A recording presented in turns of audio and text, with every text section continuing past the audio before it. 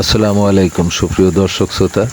আমি সাখাওয়াত হোসেন রুমিম মানুষের জন্য কৃষি ও কৃষক চ্যানেল থেকে আপনাদেরকে মানে বন্যার যে রিমেলের যে তাণ্ডব, ঝড়ের যে বাস্তব চিত্রটা আপনারা দেখতে চেয়েছেন। আমি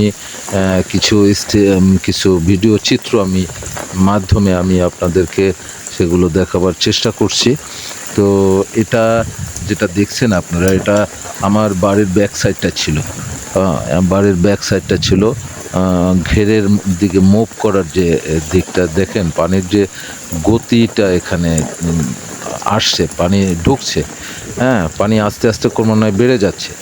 তো সেই অবস্থাটা আপনাদের দেখাচ্ছি। আর আমি যখন এই চিত্রটি দেখাচ্ছি, যে চিত্র আপনারা দেখতে পাচ্ছেন, তখন সময় হবে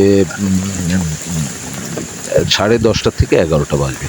10:30 থেকে 11টা, কিন্তু আস্তে আস্তে ক্রমান্বয়ে ঝড় বৃষ্টি এবং পানির যে লেয়ারটা আস্তে আস্তে করে বেড়ে যাচ্ছে।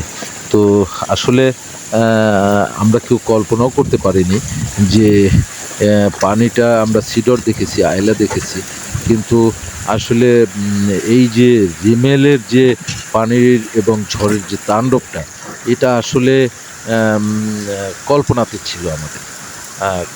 আসলে বলতে গেলে দেখা যায় যে শহরে যারা আছে, যারা একটু উপজেলা লেভেলে আছে, সেই জায়গাটার থেকে এই যে গ্রামের মধ্যে যে চিত্রগুলো, এটা উপলব্ধি না দেখলে উপলব্ধি করা অসম্ভব। তো আমি আমার গ্রামের মধ্যেই ছিলাম, যেহেতু এখানে থেকেই আমি এই চিত্রগুলো ধরে রাখতে পেরেছিলাম। তো আপনারা এখন যেটা দেখছেন, আমি কারি মুরগি ফার্ম, যেটা আমি আগেও ভিজিট করেছিলাম আমার চ্যানেলের মাধ্যমে। আমি এই ঝড়ের মধ্যে এই ইয়াং ছেলেটার পাশে গিয়ে দাঁড়াবার চেষ্টা করেছি। আশেপাশের লোকজনকে যতটুকু সম্ভব আমি সহায়তা করেছি, এবং সেখানে আমি কাউকে না বলেই বের হয়েছি। ওই বুক ভরা এ পর্যন্ত পানির মধ্য থেকে বের হয়ে তার ওখানে যে অবস্থাটা আমি লক্ষ্য করেছি, যে সেখানে আসলে তার মুরগি কিছুই দেখতে পাচ্ছি না।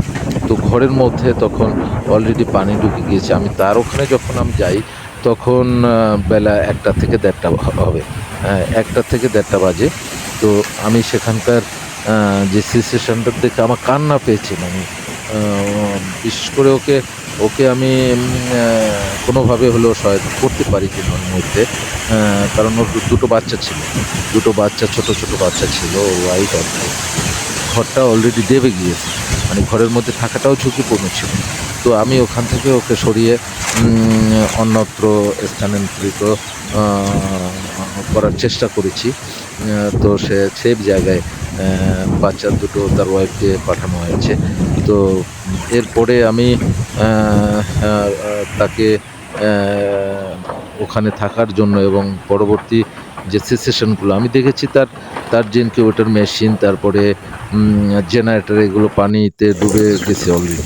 হ্যাঁ, তো সেই এখন কিছুই করার ছিল না। আসলে পানির গতিটা এত দ্রুত বেড়েছিল যে আসলে কোনটা রেখে, তার অনেক মুরগি ছিল, মুরগিগুলোকে সেভ করবে না ওগুলোকে সেভ করবে, আর একটা মেশিন তো একা 2 জন এভাবে সম্ভব না, 3-4 জন লোক লাগে ওই মেশিনটাকে ট্রান্সফার করতে হলে।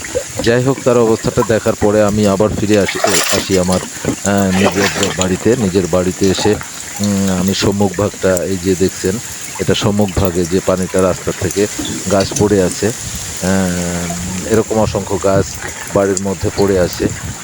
কলা বাগান একেবারে অন্ততপক্ষে 20 কলার কাঁধি নিয়ে অন্ততপক্ষে 20 থেকে 30টা কলা গাছ পড়ে আছে, যাতে প্রত্যেকটা গাছেই কলা ছিল।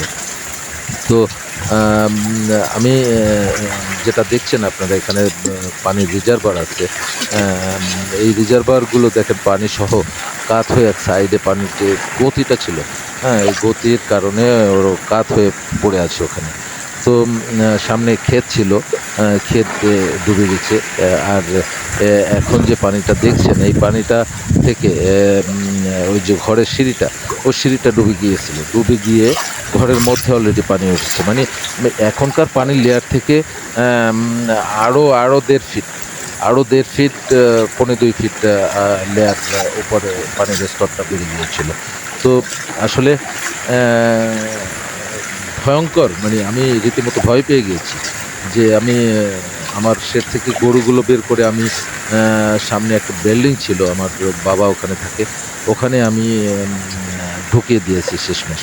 তো আমি মনে করেছি যে পানি বোধহয় যেভাবে বাড়তেই থাকবে। কারণ যেভাবে ঝড় সেইভাবেই বৃষ্টি। কারণ এত লং টাইম যে ২০-২২ ঘন্টা লং টাইম যে এক নাগাড়ে যেমন বৃষ্টি, তেমন ঝড়, হ্যাঁ? তেমন পানির গতি। মানে ৩ টা দিক মানে একভাবে চলতেছিল। এটা এটা একেবারে কল্পনাতীত। মানুষ ভাবতেও পারেনি যে এভাবে কিছু ঘটতে পারে, এভাবে কিছু হতে পারে। তো দেখেন, আম আমি আবার যে সাইডটা আ দেখাচ্ছি পিছনে, পিছনের যে সাইড রয়েছে, আ সুপ্রিয় দর্শক, আ হ্যাঁ, আ এই যে চিত্রটা দেখছেন, পুকুর একেবারে পানির নিচে চলে গেছে। মাছ এখান থেকে সমস্ত মাছ বেরিয়ে গেছে। পিছনে ঘেরের উপরে, অন্ততপক্ষে ভেড়িবাঁধের উপরে আমি আ কখনো দেখিনি যে আমার চিলর আইলাতেও আমার ঘের পানির নিচে গেছে। এটা কখনোই হয়নি। সব নষ্ট হলেও আমারটা ভালো ছিল। কিন্তু এবছরে দেখলাম যে আমার ভেড়ির থেকে ২ ফিট উপরে। ২ ফিট উপরে পানি প্রবাহিত হয়েছে। আমার একটা ঘিরে যে মাছ ছিল, সে মাছ আপনাদের বলে শেষ করতে পারব না। এই কষ্টটা, আমার একটা ক্যানেলে ২০০ আ কোরাল মাছ বলি আমরা, কোরাল মাছ, পাতারি মাছ। তো প্রতিটার ওয়েট হবে কেজির উপরে। একেকটা মাছের মূল্য নিচে হবে ৳১,০০০। তো তো ওখানে এক ধরনের মাছের আ অবস্থাই ছিল। তাই বিভিন্ন রকম মাছ ছিল। গলদা ছিল, রুই ছিল, কাতল ছিল, চিংড়ি ছিল। সব মিলাইয়া সব মানে একেবারে ভ্যানিশ। তো সুপ্রিয় দর্শক, আ আপনাদের দেখাবার চেষ্টা করলাম যে আসলে আ ঝড় চলাকালীন যে অবস্থাটা ছিল, পানির গতি যেটা ছিল, আ তা আপনাদেরকে আমি এটা দেখাবার চেষ্টা করেছি। সবাইকে আ আমি এই চ্যানেলের পক্ষ থেকে মোহাম্মদ সাখাওয়াত হোসেন রুমি আপনাদেরকে আন্তরিক শুভেচ্ছা জানিয়ে সবাই ভালো থাকুন, সুস্থ থাকুন এই প্রত্যাশায়। আল্লাহ হাফেজ।